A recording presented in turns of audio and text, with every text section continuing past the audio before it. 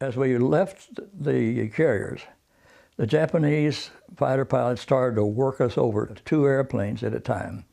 That's when they got me in the legs. I felt a bullet hit my ankle. It shattered the bone and hurt like hell.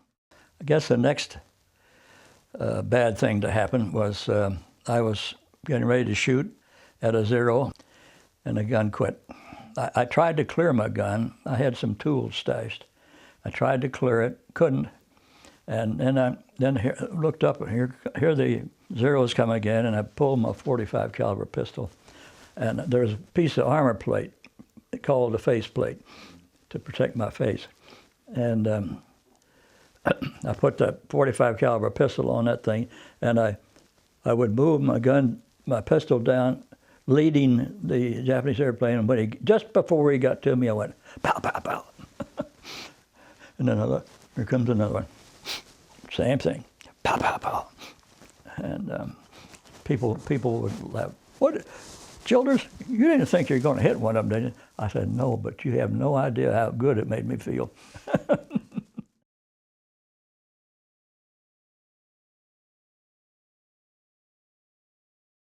After we get out, outside the fleet and headed back to the carrier, and about 40 miles out, Ensign Green ran out of gas. And then just as we got in sight of the fleet, Ramsey ran out of gas. And so I got back to the carrier, one of 5 planes out of Bombing 6. We didn't have enough gas to go around. You make the normal run and then come in and make a normal landing circle. But Mr. Dexter followed the instructions from the landing signal officer, who was Robin Lindsay, and he is tops, premium, top of the line. You put your trust in the LSO, and just as they got into the wind and straightened out and got leveled, we came right in and landed, just caught the first wire.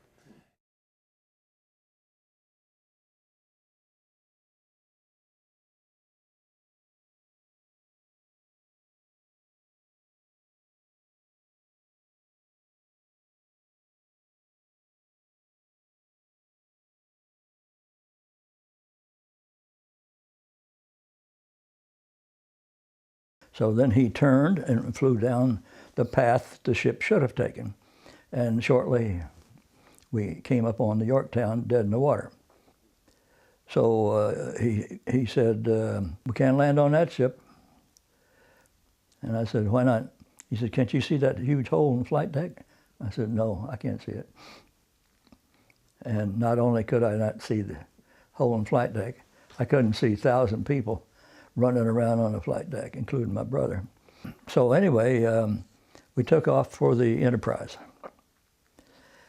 And next thing I heard, I was sort of half conscious. And Harry Corll said, stand by to hit the water.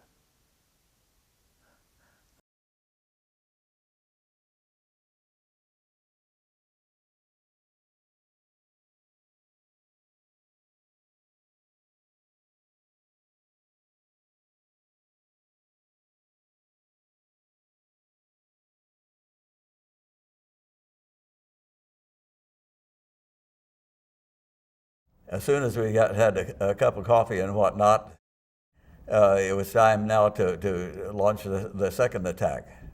We were pretty excited, and because we knew the damage we had done.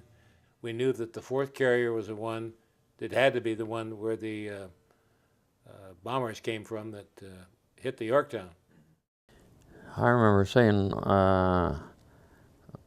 what fighter escort are we going to have? And there won't be any fighter escort. We can't afford to give you people fighter protection for this trip because their ships were more important to get back to Pearl Harbor at the time than us guys that were still remaining flying in the air. They could always get more pilots and planes, but they couldn't get more ships. So they said, sorry, you don't get any fighter escort, you're on your own, and that's the way it was. We were on our own.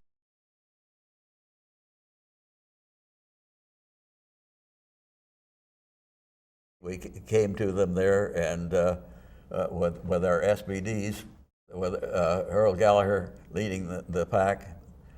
Now this time was a little different. Lots of zeros up into the air. That was a different story. They knew where we were, and they knew, and they were ready. And there was no torpedo planes then, so those Japanese, the combat air patrol was upstairs. I was number 4 in that dive there. Now Earl Gallagher missed, and the next one also missed. Now the ship was making a quick turn, you know. So I had my corrections, you know, where the ship was going to be if it continued and everything. And so I said, whoops, I have to add this extra correction. So I was almost 100% sure that I had made a hit onto the Hiryu in about the same position where I'd landed one in the morning.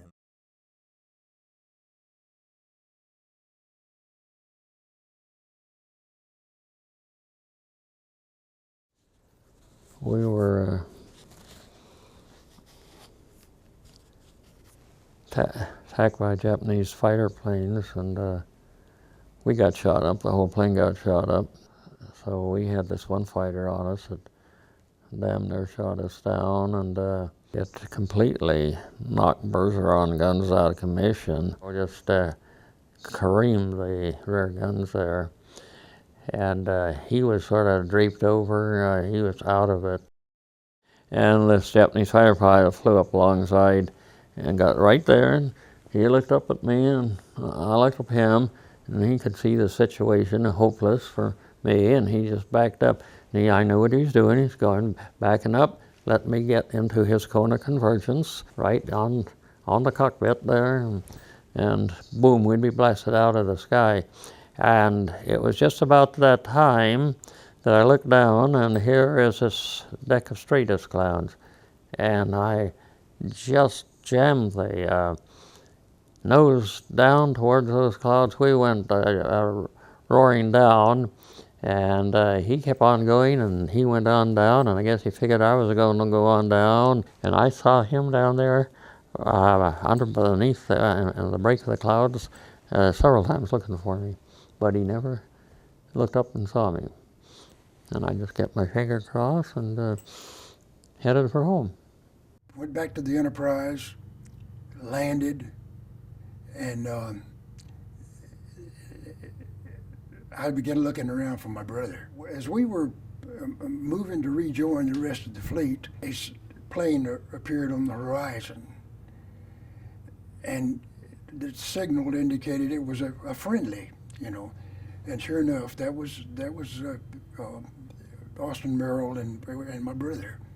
The plane had been damaged enough to where it was very difficult to control. I remember the exact spot where they landed. It was almost over the side.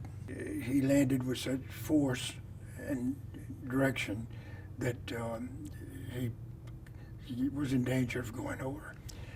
But and what we found when we rushed up there to see him was that indeed he had been wounded in the left leg and the right foot. I upped him out of the plane, and he was taken to the dispensary.